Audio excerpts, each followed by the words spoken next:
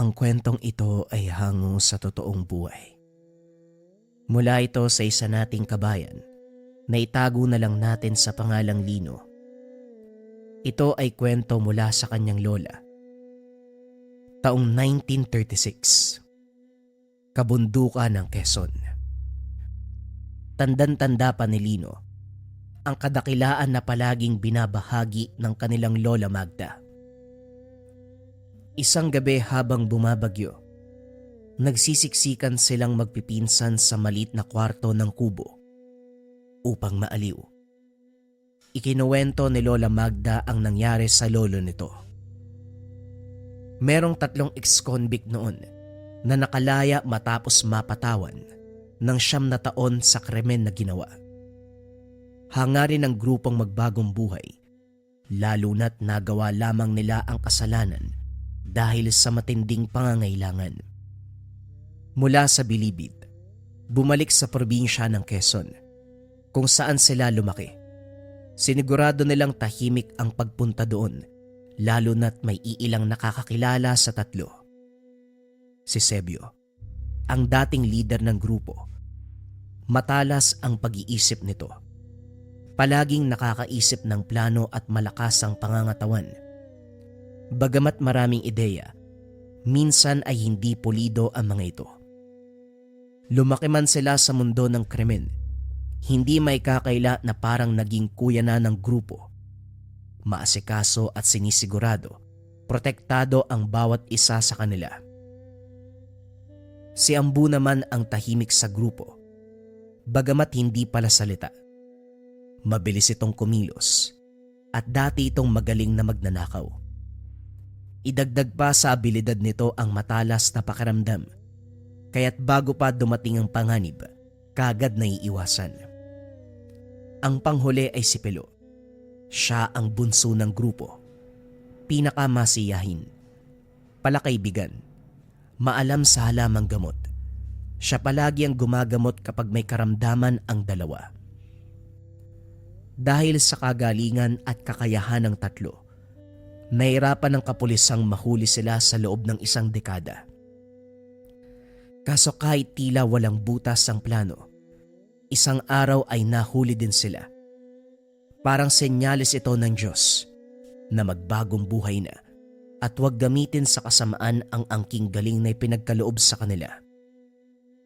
Sa pagbabalik, napagpasya ng grupong manirahan sa gilid ng kabundukan at mamuhay ng payapa. Ayaw nilang malaman ng ibang tao ang pagdating dahil ayaw nang bumalik pa sa buhay ng krimen. Ngunit kahit anong pag-iingat, tila sila ang hinahabol ng gulo. Isang gabi, habang nangangahoy sa kaloob-looban ng gubat si Ambo, narinig niya ang tila pag-iyak kasabay ng mga kaluskos. Ibinaba nito ang bitbit at dahan-dahang nagtungo sa pinagmula ng ingay. Sa mas malalim at masukal na parte ng kagubatan, doon tumambad ang isang babae. Nakatali at duguan. Ayaw sanang mangialam ni Ambo, lalo na't kakalaya lamang, ngunit sa hindi malamang dahilan, naglakas loob itong lumapit upang tulungan ito. Bago magpatuloy, sinigurado muna na walang tao sa paligid. Pinakiramdaman nitong mabuti ang lugar, sakaling patibong lamang ang lahat. Nang makasiguro, kagad nilapitan ng babae at tinanggal ang tali. Nagulat ang binata nang bigla siyang sipain ng babae. "Aray ko, talaga bang ganyan ka magpasalamat?" Wika ni Ambo. "Magpasalamat? Isa ka sa gumawa sa akin ito." "Mukha lang akong kriminal, pero hindi ako ang may gawa niyan. Ngayong nakalaya ka na, bahala ka sa buhay mo." Tugon ni Ambo at tumayo. Tila masama ang loob dahil nasaktan. Kagad nag-alangan ng babae kung susunod ba ito sa nagpalaya. Biglang tumigil si Ambo sa kinakatayuan. Naramdaman ng pangamba na siyang napansin din ng babae. Sa hindi kalayuan, narinig ng dalawa ang tila mga boses ng kalalakian. Kagad umakyat ng puno si Ambo na hindi gumagawa ng ingay. Nang makitang paiyak na ang babaeng pinalaya, kagad itong bumaba. Binuhat ang babae at isinama sa itaas. Sa tuktok ng puno, doon nagtago ang dalawa. Ginawa ng babae ang lahat ng makakaya upang huwag gumawa ng kahit anong ingay. Yung tipong paghinga ay pinigilan. Nag-focus sa pakikinig si Ambo at doon ito nalaman na armado pala ang kalalakihan. Galit na galit at tila nagsisisihan. Paulit-ulit binabanggit ng mga galit daw ang kapitan kapag nalaman na nakatakas ang babae. Dali-daling naglibot ang mga ito upang hanapin ang dalaga. Nang masiguradong wala na ang armadong grupo, bumaba si Ambo.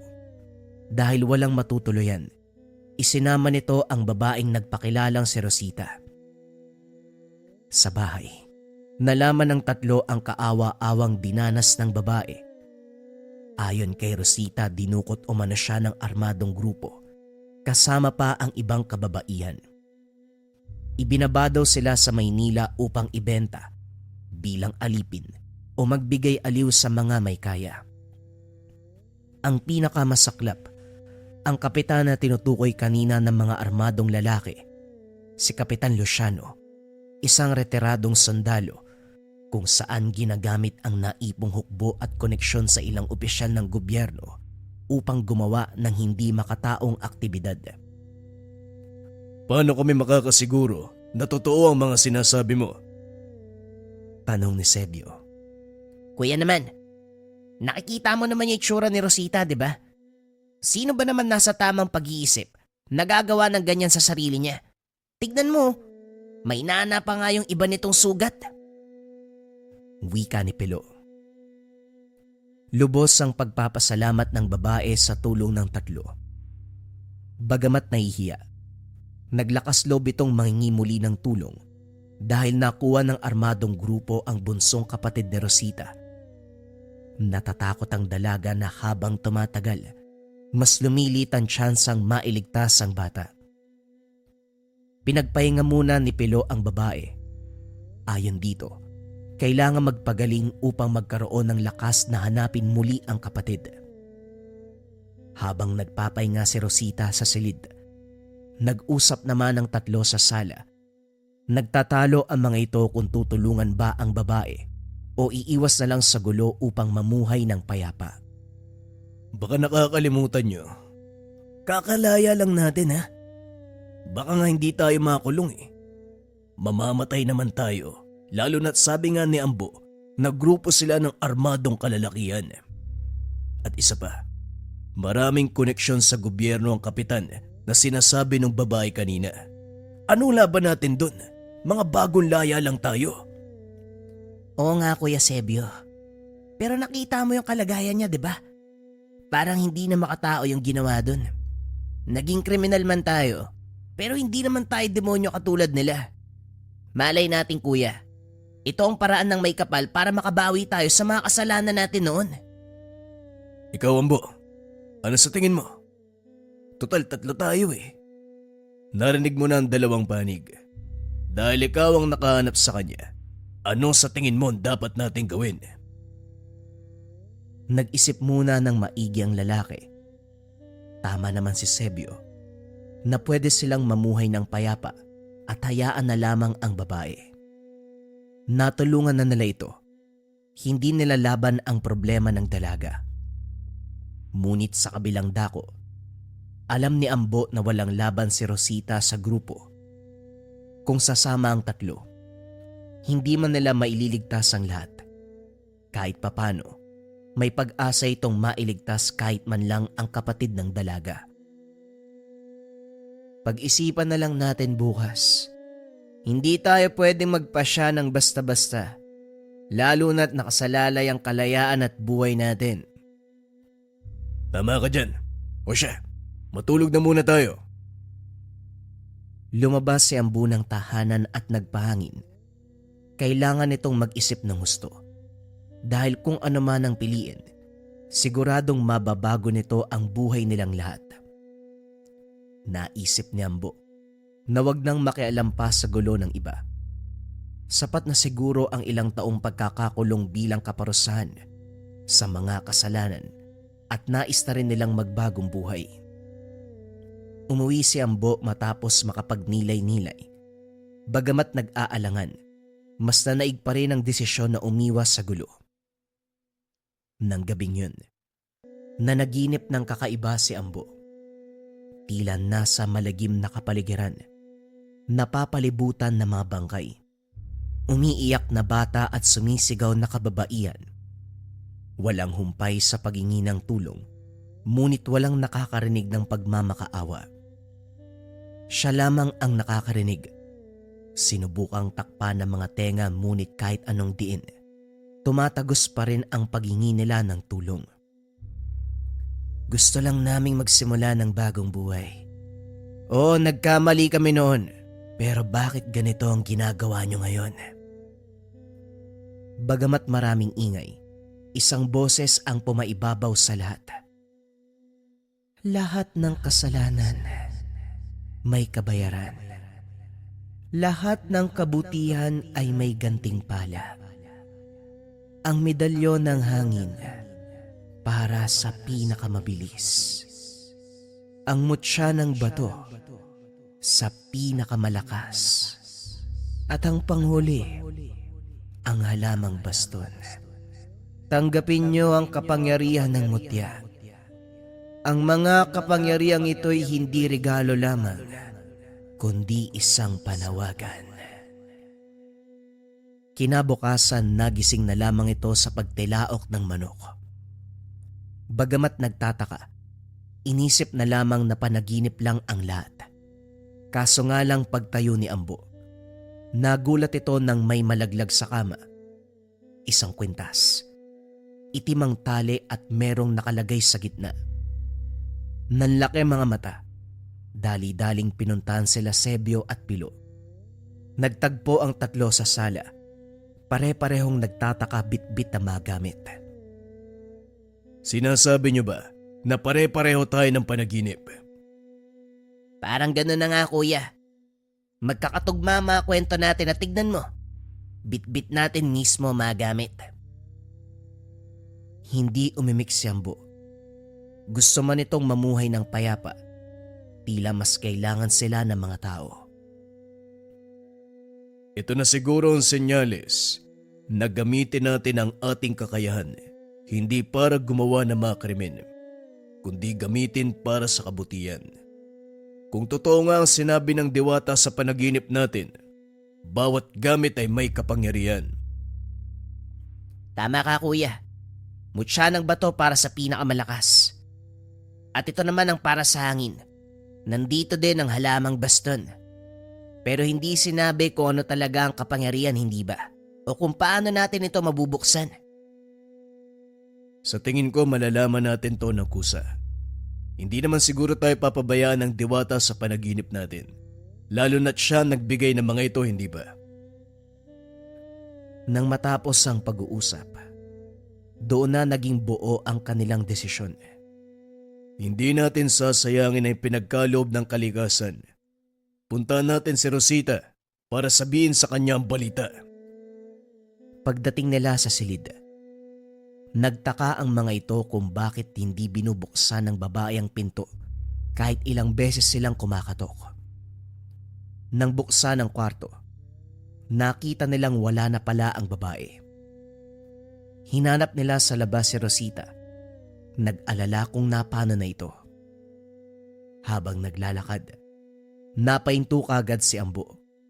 Pinakiramdaman ang paligid at nang tumahimik, pamilyar ang boses na naririnig na nanghihingi ng tulong. Si Rosita, wika ni Ambo.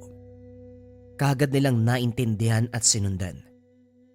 Dahan-dahan silang naglakad papalapit sa pinagmula ng ingay. Siniguradong walang kalaban na maaaring makakita o atakihin sila patalikod. Malaking tulong talaga ang kakayahan ni Ambo na pakiramdaman ng dilubyo. Nang dahil doon, kagad nilang natunton ang lungga ng armadong grupo. Umakyat ang tatlo sa pinakamataas na puno. Siniguradong tahimik ang kada yapak. Mabuti na lang din at maingay ang armadong grupo.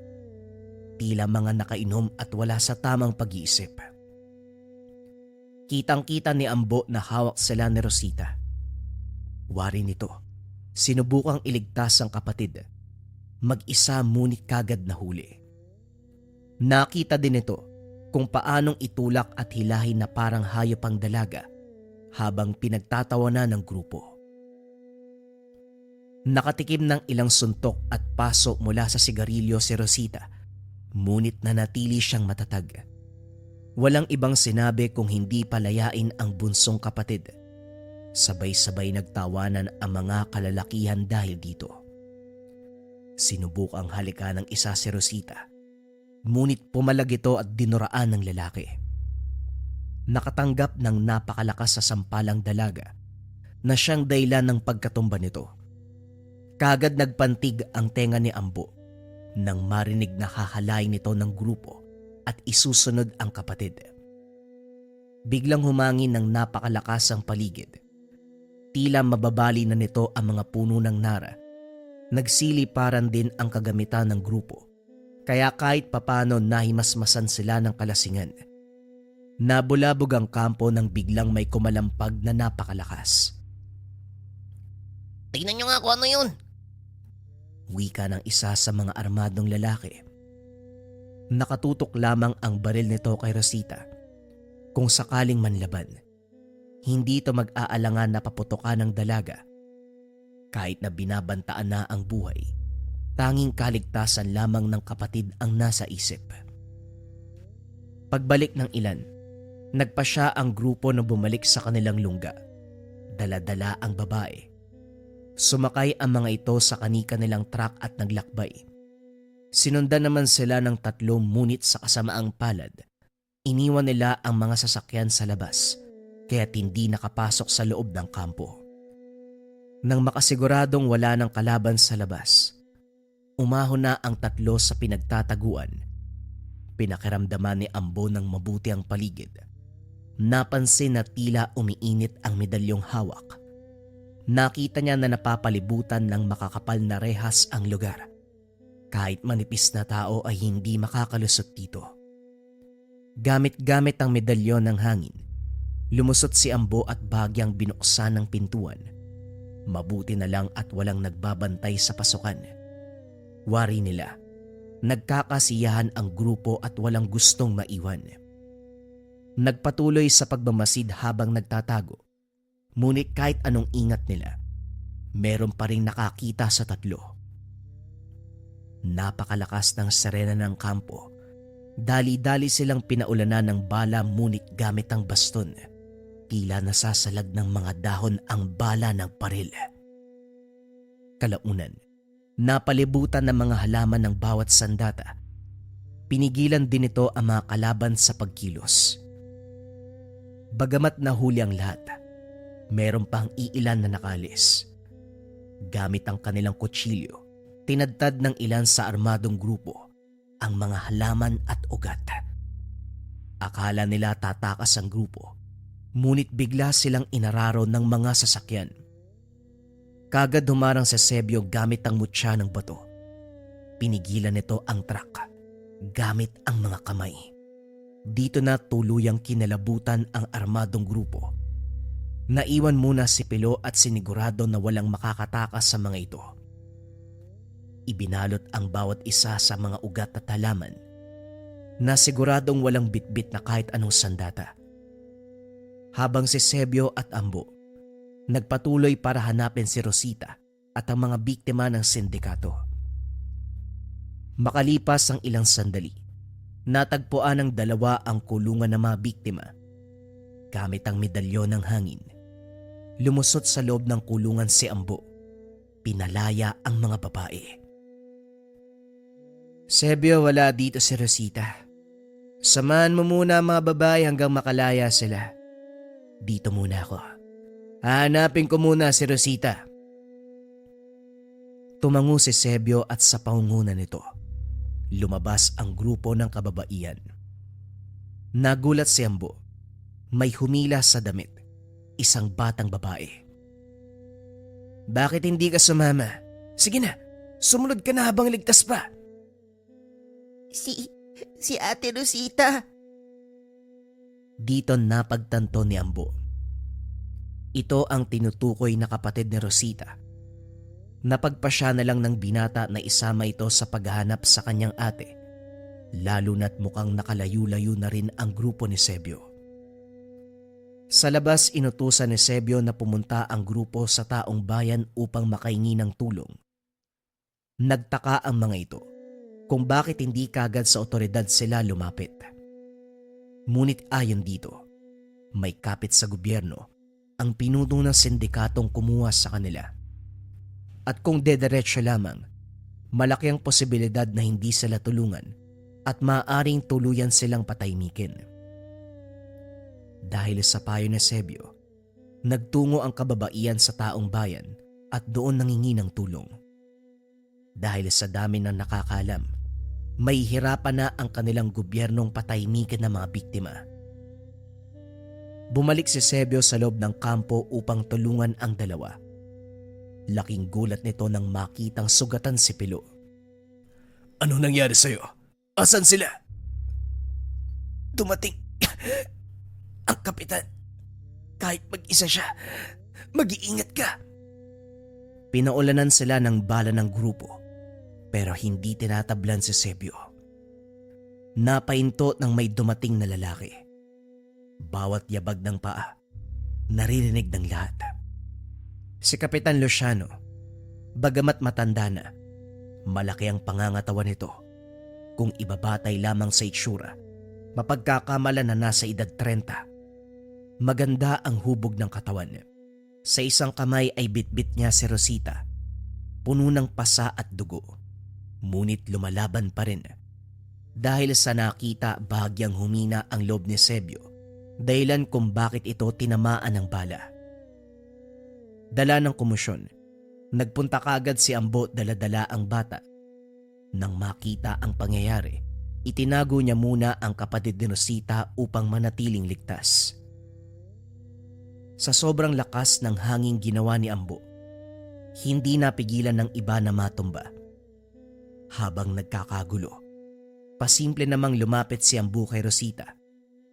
Malapit na sana itong makuha ang dalaga, ngunit matalas din ang pakiramdam ni Kapitan Luciano. Kaagad nakatanggap ng napakalakas sa suntok ang binata. Sa sobrang lakas, ilang metrong napaatras si Ambo. Dahil din dito, natigil ang malalakas na hanging gumugulo sa armadong grupo. Nagtulong-tulong ang mga armadong lalaki upang kalabanin sila Sebio at Pilo. Habang si Kapitan Luciano naman, pinuruhan si Ambo. Hindi makapaniwala ang binata kung bakit gano'n na lamang ang lakas ng kapitan. Habang sumusuntok ito, doon niya nakita na merong suot na kwenta si Luciano. Biglang natigil ang pananakit ng hilahin ni Rosita ang buhok ni Luciano. May lubid itong dala na siyang itinali sa leg ng kapitan at hinila ng maigpit. Doon nagkaroon ng pagkakataon si Ambo na makatayo at makabuelo. Ngunit kahit dalawa silang magtulong, hindi nila kaya si Luciano. Patuloy pa rin sa pagsangga si Sebio sa mga bala, habang si Pilo naman, ginagawa ang makakaya upang makatulong. Habang tumatagal ang laban, unti-unti na ring napapagod ang bisa ni Sebio at nang muling makita, doon may nagbago kay Pilo. Biglang umilaw ang mga mata nito na kulay berde. Napasigaw ng napakalakas dahil sa galit. Iniampas ang baston sa lupa. Isang napakalaking puno ang tumubo sa ilalim. Nasa tuktok ang dalawa hanggang sa tuluyang huminto ang paglaki nito. Nagulat si Sebio sa nakita. Ipinagsama ng dalawa ang baston at mutya ng bato. Bagamat hindi sigurado kung ano ang ginagawa, wari ng dalawa na kung pagsasamahin ang abilidad ng baston at tibay ng bato. Wala nang ligtas pa ang grupo ng kawatan. Sinubukang paulanan muli ng bala ang dalawa, ngunit tumatalbog lamang ang mga bala sa puno. Nang mapagtanto na wala nang talabang sandata ng grupo, Gumalaw ang mga sangay sa puno. Hinila ang mga armas. Sumuko na lamang ang dating armadong grupo, lalo na't alam nila na wala itong laban. Sa tuktok, muling may bumunga. Tila isa sa mga halamang gamot na ginagamit ni Pilo noon. Doon niya napagtanto na bukod sa kayang manipulahin ng halaman, may abilidad na maggamot ang baston. Gamit ang kapangyarihan, nagpadala ng tulong si Sebio at Pilo kay Ambo. Bugbog na ang dalawa sa ilalim ng kapitan bago pa tuluyang mapuruhan gamit ang natitirang lakas. Tila dinala ng hangin si Rosita papaalis sa gulo. Isinama sa kapatid nitong nasa ligtas na lugar. Naiwan si Ambo kalaban ng kapitan. At ngayon ka pa talaga magpapakamartera. Malaking abala ang ginawa niyo sa akin. Alam niyo ba kung gaano kalaking pera ang nawala dahil sa inyo? Hindi sumagot si Ambo. Hinayaan na lamang niyang bumuelo ito na tila ikakatapos ng buhay ni Ambo. Pipikit na sana ang binata upang harapin ang kamatayan. Biglang may ilaw na pumunta sa kanya. Kulay berde at puti. Tumama ang mga ilaw kay Ambo. Dahil dito, nagkaroon ng bagong kakayahan ng binata. Agad niyang itinulak ang kapitan at halos napabalentong ito sa lakas. Kahit si Ambo ay nagulat sa nangyari. Muling inatake ni Kapitan Shano si Ambo, ngunit mabilis ang binata. Ilang minutong nagabulan ang dalawa at kalaunan natamaan din.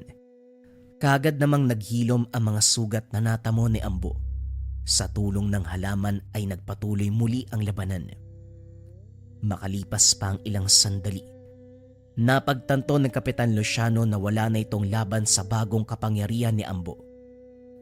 Kaagad napatingin kila Rosita at kapatid nito at dali-daling pinuntahan. Nakita ni Ambo ang balak ng kapitan kaya inunahan niya ito.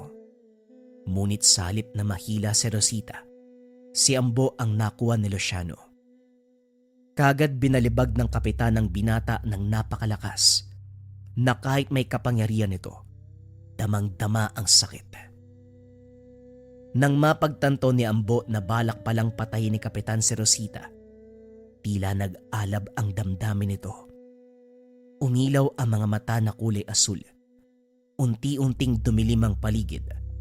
Halos mayanig na ang lahat sa lakas ng hangin at sa bawat yabag ng paa ni Ambo, tila lumilindol. Habang naglalakad papalapit sa kapitan, doon unang beses nakita ng mga tao ang takot sa mga mata. Tila ramdam nito ang katapusan.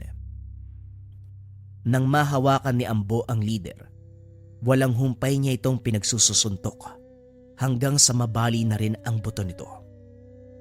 Kalaunan nakuha din ang kwintas si Luciano.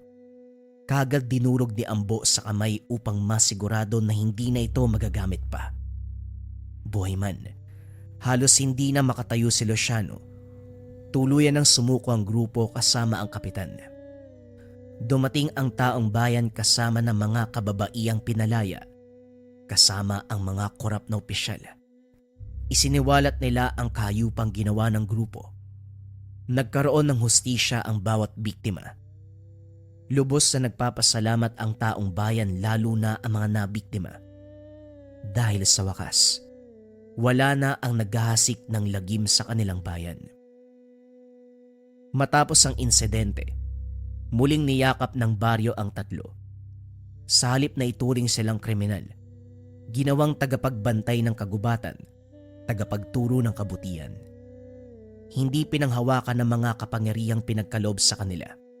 Sa halip ay binalik sa kalikasan upang sa susunod na panahon ng kagipitan, maaari nilang makuha muli. Ang mensahe ng mga bida sa kwento, ang pinakamadilim na nakaraan, paminsan ito ang magbubukas ng liwanag ng kinabukasan. Lalo na kung ang tangang ibinigay sa iyo, hindi galing sa lakas o para sa kapangyarihan, kundi para sa puso na handang magbago, handang tumulong sa lahat ng nangangailangan. Bagong kwento pa rin ang kasunod mga kabayan. Ito ay tungkol sa sumpa ng mambabarang na dinala sa hukay. Simula na ang kwento. Ang kwentong ito ay hango sa totoong buhay. Mula ito sa isa nating kabayan na itago na lang natin sa pangalang Arnold. Taong 1996, Agusan del Sur. Hindi lubos akalain ni Arnold ang sasapitin ng asawang si Sonia, ang kaakibat na parusa sa ginawa maraming taon na ang nakalipas. Isang mambabarang ang dating nakalaban, sa sobrang puot ay hindi binuhay. Pinutulan ng dila ng matandang mambabarang, pinaanod sa ilog ang bangkay.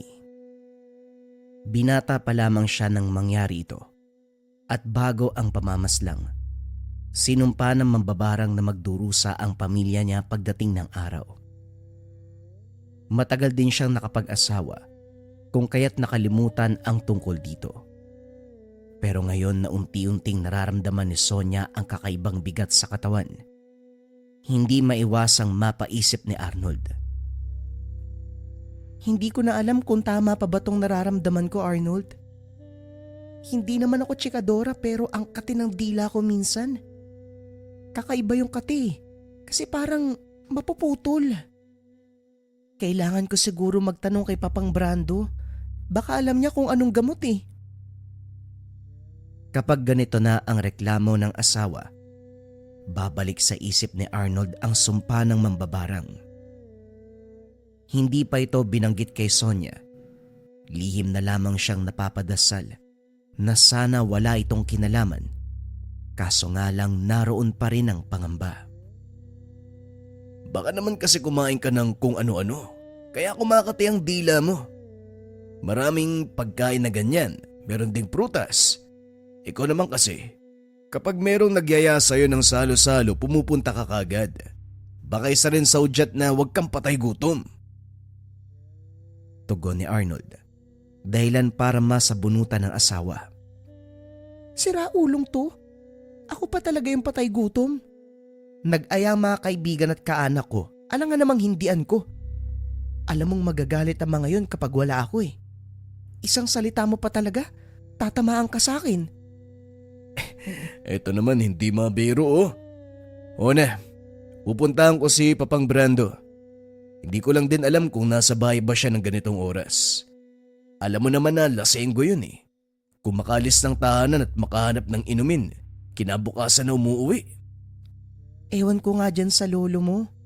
80 taong gulang na, pero batak pa rin sa inuman. Pinaglihi yata yan sa lambanog nung pinagbubuntis eh. Kulang na lang doon sa taas ng niyog mamalagi para direkta sa bibigang katas. Wala na rin kasi siyang ibang pagkakabalahan, kaya ang luho sa pag-inom ang inaatupag. Isa pa, mahabang panahon ang ginugol ni Papang sa tungkulin bilang manggagamot.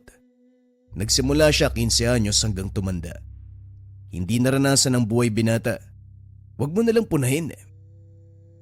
Nakakabahala na kasi Arnold. Siyempre kaanak mo yan.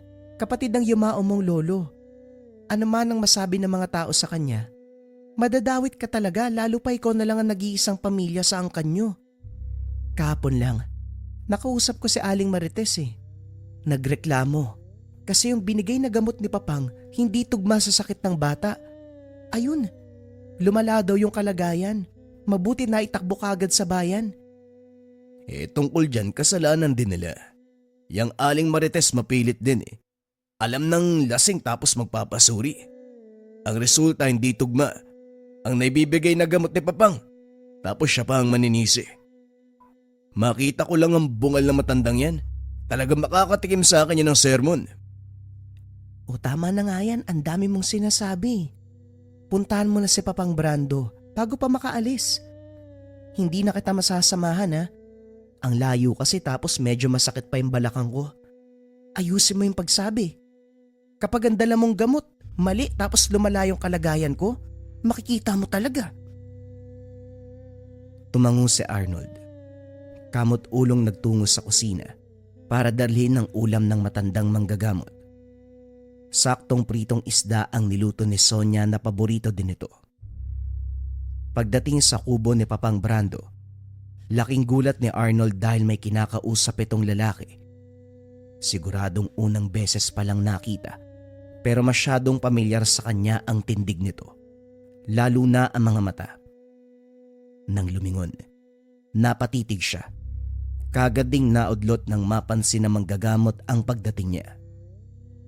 Mabuti naman nandito ka, Arnold. Eto nga pala si Jay, isa sa mga natulungan nung panahon na nanggagamot sa malayong isla. May hinahanap siya wala naman na si Bernie. Iho, eto pala si Arnold, apo ni Bernie. Nasawi ang matandang yon na mag-edad 50 taon. Dekada na rin ang nakalipas. Maupo muna kayo riyan, kukuha lang ako ng maiinom natin.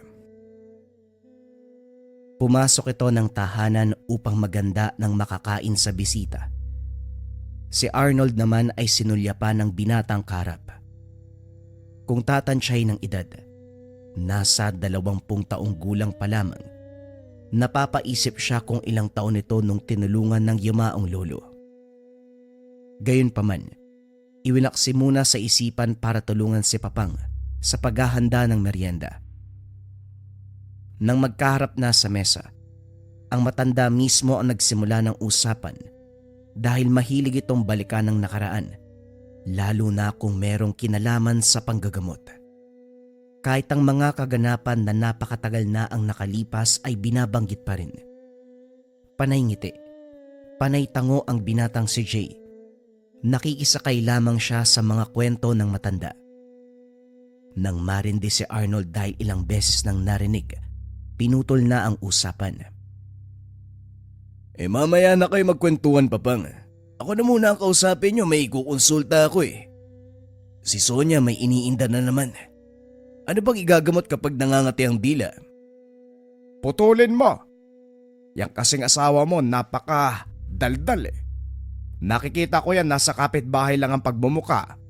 Ang lakas pa kong tumawa kapag merong chismis. May bagong hasang gunting doon. O sige na, yun ang gamitin mo. Kamot ulong napaiwas ng tingin si Arnold. Kalaunan ay bumaling uli. Papang naman seryoso yung tao, gaganyanin nyo. Paano kung ikaw yung sagutin ng ganyan? Papayag ka po ba? Ano nga po kasi? Alam mo ang patakaran ko, Arnold. Kung sinong may karamdaman, dapat siyang pumupunta rito para masuri ko na mabuti at makita mata sa mata ang kalagayan. Anong masusuri ko sa salita mo? Papuntahin mo rito si Sonia. Ayaw pumunta dito kasi ang layo daw tapos sumasakit ang balakang. Sabihin nyo na lang kasi para magamot ko yung pangati ng dila ng asawa ko. Ako na pong bahala. Manang-mana ka sa tatay mo. Masyadong makulit. Papuntahin mo kamo dito si Sonia para masuri ko ang kalagayan. Hindi pwedeng kwento mo lang. Wala akong may bibigay na gamot dahil walang aktwal na pagsusuri. Kung mapilit ka talaga, may langis doon sa altar. Kunin mo yung nasa maliit na lagayan. Ipahid ng 1 beses sa dulo ng dila tuwing umaga't gabi. Pakisabihan din yung asawa mong tamad na matuto siya maglakad papunta rito. Gusto ko siyang makita. Ilang taon ko nang hindi nakikita ang babaeng yon. Kung hindi ka pa nga pumunta dito, isipin ko na sumakabilang buhay na yun O na, Papang, sige na ang dami pang sinasabi. Huling wika ni Arnold. Napabuntong hininga na lamang sa mga sinabi tungkol sa asawa. Pagpasok ng tahanan, hindi kaagad nakakuha ng langis sa sobrang daming nakalagay. Pagsilip sa bintana para sana itanong kung alin doon. Hindi na lamang itinuloy dahil masayang nakikipag-usap si Papang Brando sa binatang si Jay. Siya na lamang ang nanghula sa dami ng mga bote. Matapos makakuha ng isa, isinilid sa bulsa at saka nagmamadaling umalis. Pagdating ng tahanan, pinahiran kagad ng langis ang dulo ng dila ni Sonia. Napangiwi naman ito dahil sa pangit ng lasa. Gayunpaman, dahil inisip na mapapagaling ang pangati, tiniis niya ito kahit nasusuka sa amoy. Lumipas sa mga araw na ubos sa pagpahid ng dila ang langis. Hindi nagtagal, unti-unting bumuti ang kalagayan Naging kampante ang mag-asawa sa sitwasyon. Si Arnold sa kabilang banda, sumama kay Jay upang makipagsapalaran sa pinasukan nitong Nyogan. Tiwala siya rito dahil ganon din si Papang Brando. Maayos naman itong kausap at madaling kasundo. Masyadong mabait na hindi marunong humindi. Panay lang sa pagtango o pagsagot ng oo. Malawak ang Nyogan. Aniya malaki ang sasahurin. Ang tanging gagawin lang ay kukuhain ang buko na siyang aangkatin ng mga negosyante. Ang iba naman, kukudkurin para gawing kata sa ilalakong kakanin ng mga katiwala. Kagaya ng napag-usapan, binigyan ng paunang bayad si Arnold bilang bagong trabahador. Sinimulan din kagad ang pagtatrabaho. Ang ipinagtataka ni Arnold, kakaiba ang mga taong nakakasama. Hindi nakakausap dahil panay iwas. Si Jay lamang ang bukod tanging nakakasalamuha. Pinagmasdang maigi ang bawat isa. Malalaki ang katawan, matatangkad. Ordinaryong tao kung titignan, pero may kakaiba sa kanila na nakakapanghinala. Hindi lumalapit sa kanya ang mga ito na para bang meron siyang nakakahawang sakit. Nang mapansin ito ni Jay, kinausap siya upang mabigyan ng ideya. Ganyan lang talaga sila. Hindi mo makakausap. Hindi mo makakasalamuha. Magmula sila sa malayong lugar eh. Ilang buwan pa lang din magmula na magtrabaho dito sa Nyogan. Ako nga, hindi ko nakakausap ang mga yan kahit isang beses eh. Hindi na lang din ako nagpumilit, baka masampulan ako. Mukhang malalakas pa naman. Ganun ba kung sa bagay? Kahit ako nung unang salta ko dun sa lugar na tinitira namin ngayon, ganyan din eh. Balang araw, makakasabay din natin sila sa kaganapan ng paligid. Sana bukas o sa makalawa, makasundo natin sila. Ang hirap pagtrabaho tapos yung mga kasama natin hindi nakakausap. Oo nga, kahit nga si Bossing hindi makausap ng matino ang mga yan eh. Hindi pala sagot. Tatango lang kahit hindi naintindihan ng inutos. Naku, malaking problema ang ganyan. Siguro, subukan kong lapitan. Yan ang wag mong gagawin. Sinubukan ko na yan pero ang sama ng tingin sa akin. Para kang papatayin talaga eh. Hayaan mo na lang dahil darating ang araw, sila mismo ang kusang lalapit sa atin. Napatingin si Arnold. Hindi maintindihan ang tono ng pananalita ni Jay. Mababakas dito ang pagiging kabado. Nangungumbinsi na wag lapitan ang mga kasamahan. Gayunpaman tinanggal ito sa isipan, nagpatuloy sa pagtatrabaho. Si Arnold ang nautusang magbilang ng mga nyog. Inilista ang bawat bilang para hindi makalimot. Sa kalagitnaan, napansin na karamihan sa mga binagsak na mga kasama ay merong uok. Kulay puting matabang uod na nagmumula sa nyog. Kamot ulong inihiwalay, binilang niya rin ang mga ito.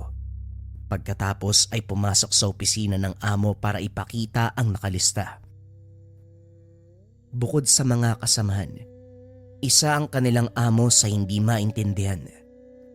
Kakaiba ang kilos nito na kung kakausapin hindi titingin. Malikot ang mga mata. Hindi naman sa nahihiya. Sadyang wala sa ugaling tignan mata sa mata ang karap. May amoy din ito na malayong malayo kumpara sa tao. Kapag pinapawisan na ang amo, hindi nila matukoy ang aroma. Ang opisina ay walang kalaman-laman, maliban na lamang sa nakatambak na listahang papel. May amoy din ng lambanog. Umayos si Arnold nang pumasok na ang amo.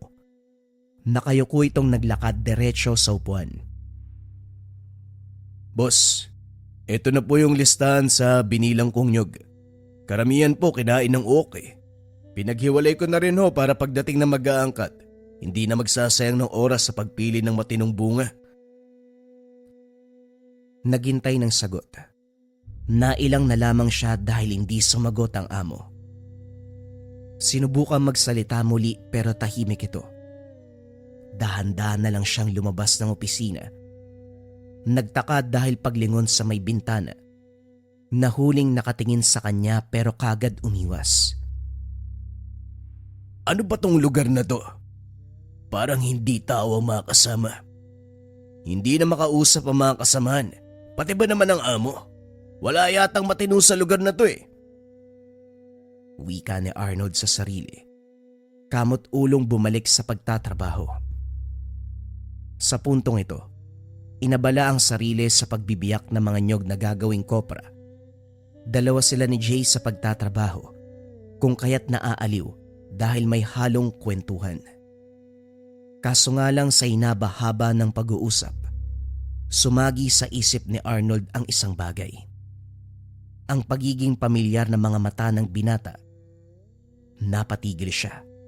Panay ang pagtitig hanggang sa nakuha ang atensyon nito. May problema ka ba sa mukha ko? Kung makatitig ka, kala mo kung ano ah.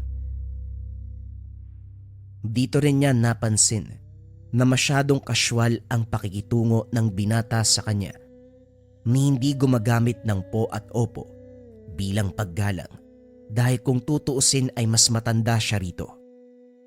Gayunpaman, hindi na masyadong pinagtuunan ng pansin at nagpatuloy sa sadya. Yung mga mata mo kasi, masyadong pamilyar sa akin. Nakalimutan ko lang kung saan eh. Ikaw ba'y may pamilya pa? Wala na. Sa katunayan, wala akong nakagis ng pamilya. Ang lola ko kasi, pinatay ng walang yang tao. Ngayon nga, hinahanap ko siya eh. Gusto ko ipagiganti si lola. Ganun ba? Pasensya ka na kung naitanong ko pa. Bakit naman pinatay ang lola mo? Hindi naman papatay ang isang tao kung walang ginawang masama, hindi ba? At saka, duda ako kung merong ginawa ang lola mo. Kung ikaw lang ang pagbabatayan, parang mabuting tao ka naman. Walang magagawa ang pagiging mabuting tao kapag napagkamalang kang masama. Si lola, tahimik lang siya naninirahan bilang ordinaryong tao, pero biglang may dumating para patayin siya eh. Kung alam ko lang na sa gabing yon, mamamatay na siya. Sana hindi ako umalis. Nakatulong pa sana ako kung sakali. Ilang taon ka ba nung napaslang ang lola mo? 7 taong gulang.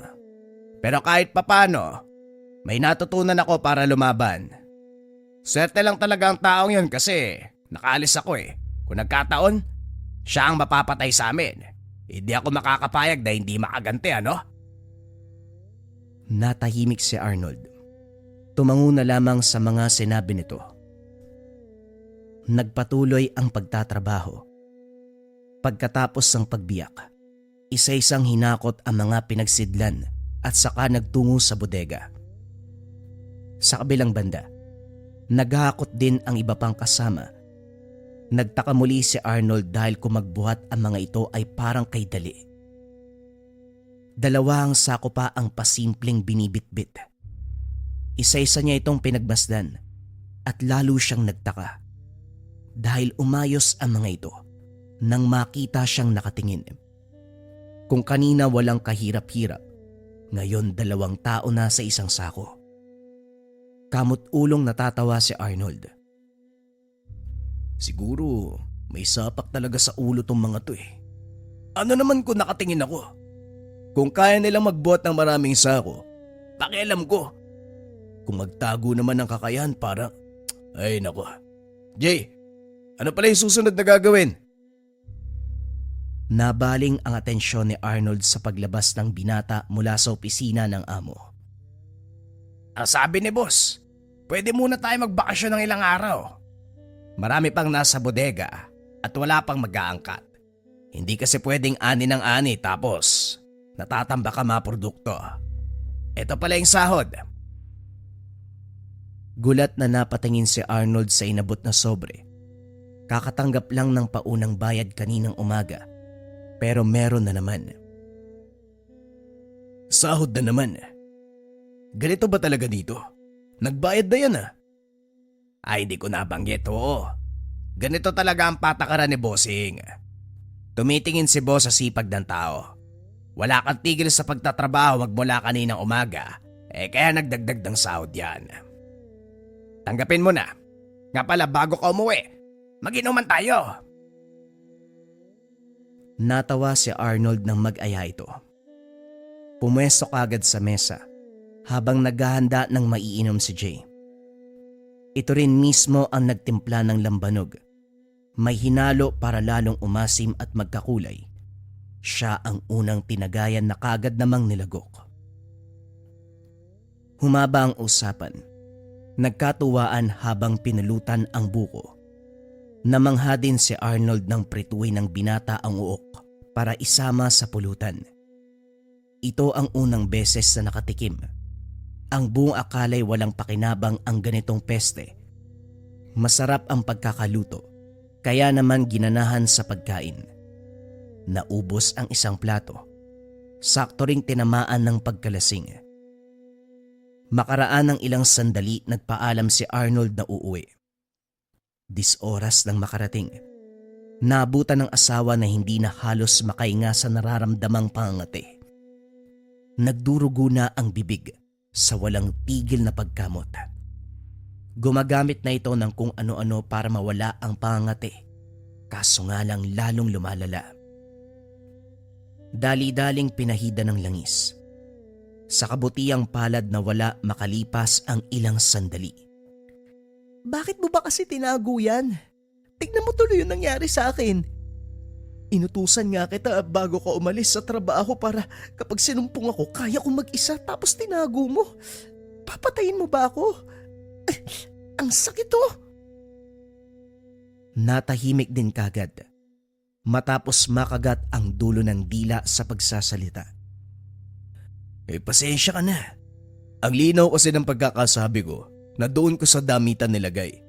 Hindi kaya ata nakinig eh. Huwag ka na muna magsalita. Mamaya makagat mo na naman yung dila mo eh. Magpahinga ka muna. Inihain ni Arnold ang dalang pritong uok. Naganda na rin ang sausawan at kanin. Saktong hindi pa nakakapaghapunan ng asawa dahil sa kondisyon kanina.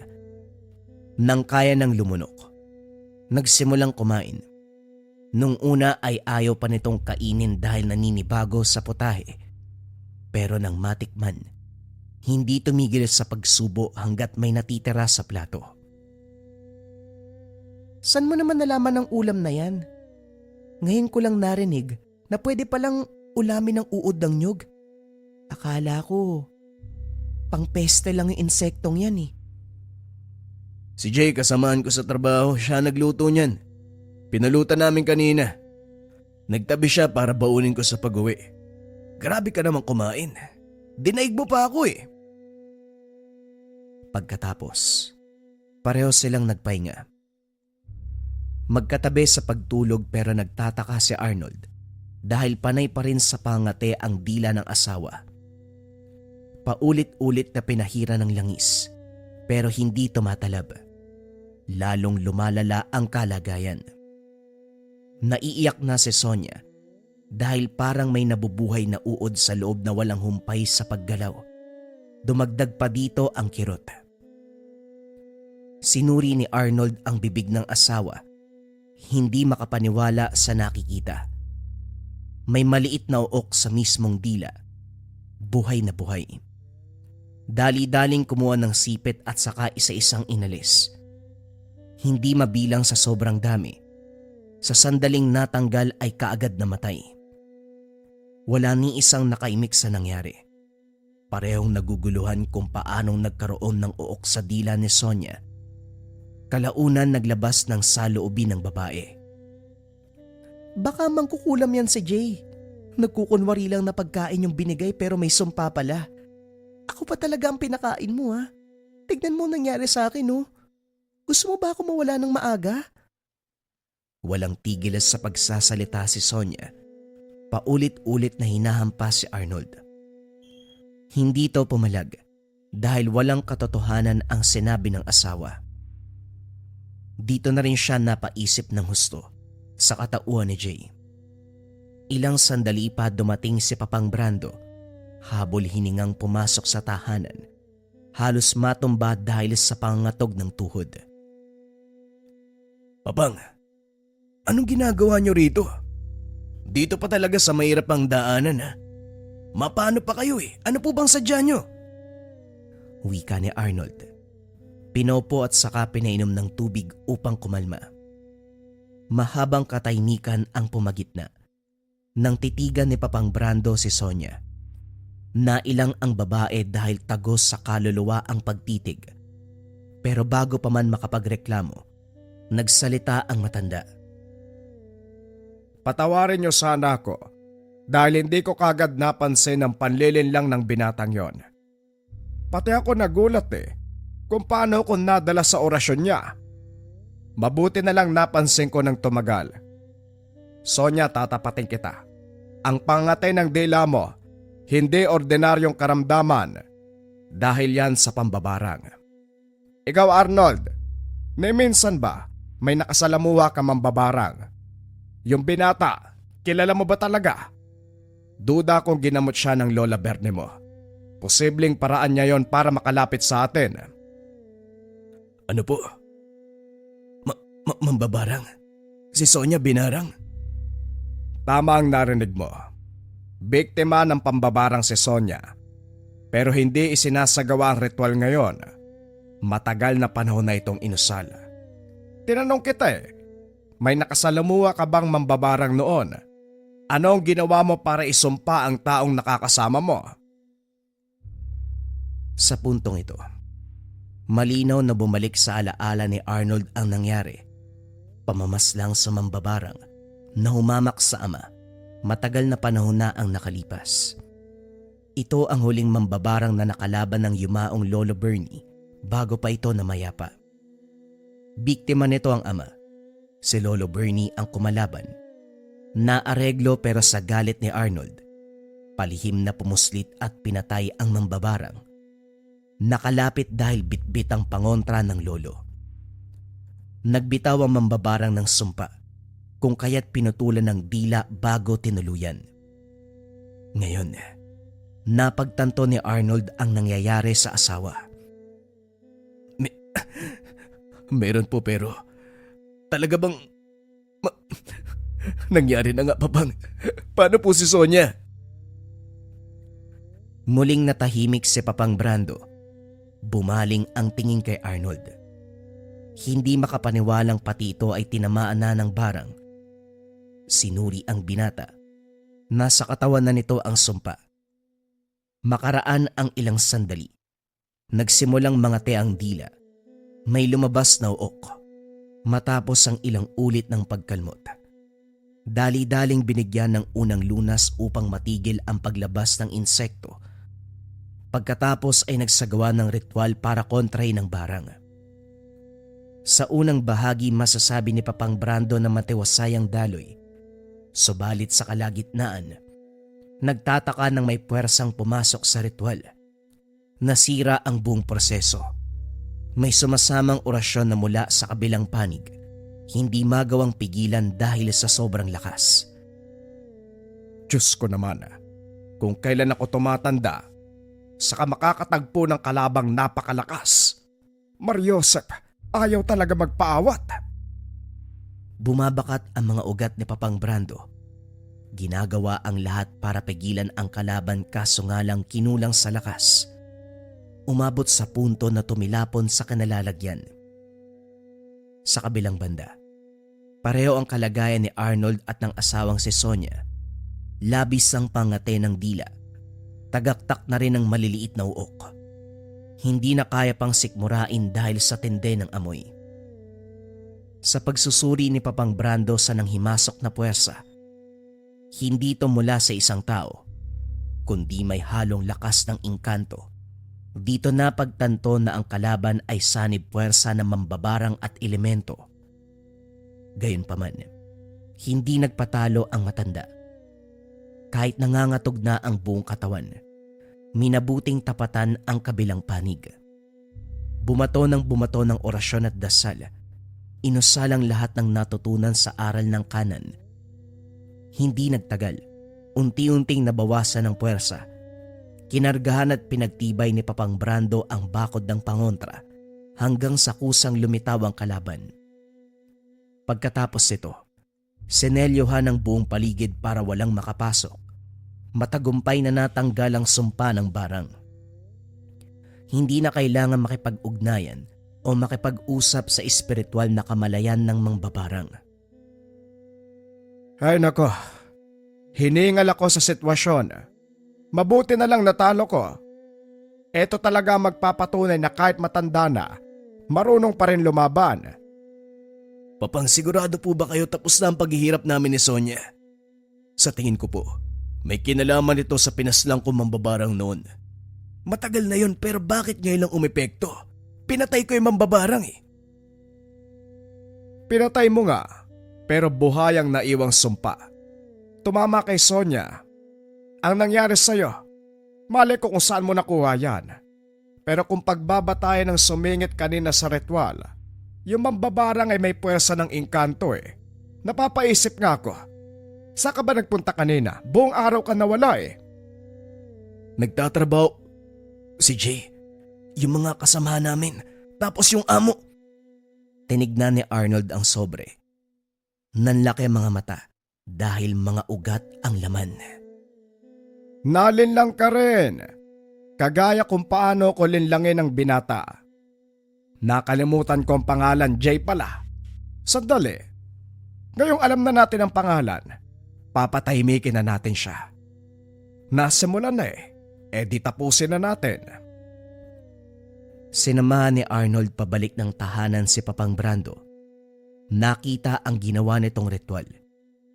Tahimik na lamang siyang nanonood dahil hindi alam kung ano ang ginagawa ng matanda. Mahaba ang proseso. Ilang minutong lumipas bago natapos. Buntong hiningang tumitig sa matanda. Laking gulat nang bigla itong mawala ng balanse. Nasalo naman pero hindi na kayang isalba ang buhay. Nalagutan ang hininga sa mismong bisig. Matagal bago napagtanto ni Arnold ang nangyari. Samot-saring kaisipan ang sumagi. Hanggang panandali ang nawalan sa ulirat. Nang makabalik, isa lang ang naisip. Nasawi si Papang Brando matapos tapatan ng mambabarang. Pinuntahan niya ang nyogan at hindi makapaniwala sa nalaman. Matagal nang walang produksyon ng lugar. Isang tao lamang ang nakatira dito. Walang iba kung hindi si Jay. Sa madaling salita, nililin lang ang mga mata nito para paniwalain sa lahat ng kaganapan. Pinasok ang lugar. Doon nabugaran si Jay. Wala ng buhay. Nakabulagtang mulat ang mga mata. Ang nasa harapan ay mga kagamitan sa pambabarang. Hindi maiwasang sisihin ni Arnold ang sarili dahil hinayaang malinlang ng binata. Hindi man malinaw kung sino ang lola na tinutukoy nito. Malakas ang kutob niya na ito ang pinatay noon. Dali-dali siyang umalis bago may makakita. Hindi nag-abalang ipaalam na merong nasawi sa lugar. Habang binuburol ang katawan ni Papang Brando, patuloy pa ring sinisisi ni Arnold ang sarili. Silang mag-asawa ang tinulungan ng matanda pero sa huli, ito pa ang nasawi. Sa nangyari, tumatak kay Arnold na kahit ang sumpang binitawan ng mambabarang sa paraan ng salita, malaki ang posibilidad na mangyari pagdating ng araw, lalong-lalo na kung ito ay binitawan bago siya mamatay. O mas kilala sa katawagan, sumpa ng kaliwa na dinala sa hukay. Naghahanap ka ba ng mga gamit na makakatulong sa buhay mo? Pili ka na lang sa mga produkto na makakatulong sa buhay mo. Incenso candles, tea light version, pwede ring big version, or pwede rin yung nakalagay sa can. Pang-cleanse ng lugar, pangtaboy ng negative energy para maganda ang pasok ng swerte at iwas sakit na bunga ng negative energy. Or pwede ka ring magmarahuyo bracelet kabayan, kontrakulam, barang, tigalpo palipadhangin o anumang masamang uri ng sumpa. Kasama din sa marahuyo ang rebuelta. Kung ano yung sumpa na binigay sa'yo, ibabalik sa taong nagbigay. Kung pampaswerte naman ang gusto mo kabayan, pwede mong subukan ang Gabay Medalyon. Pinakasikat na medalyon sa likha merchandise, nagbibigay ng swerte at gabay sa career, health, love life and finance. Top 1 item yan sa likha. Pili ka na lang kabayan. Kung interesado ka, isearch mo lang ang shop ng Likha Merchandise.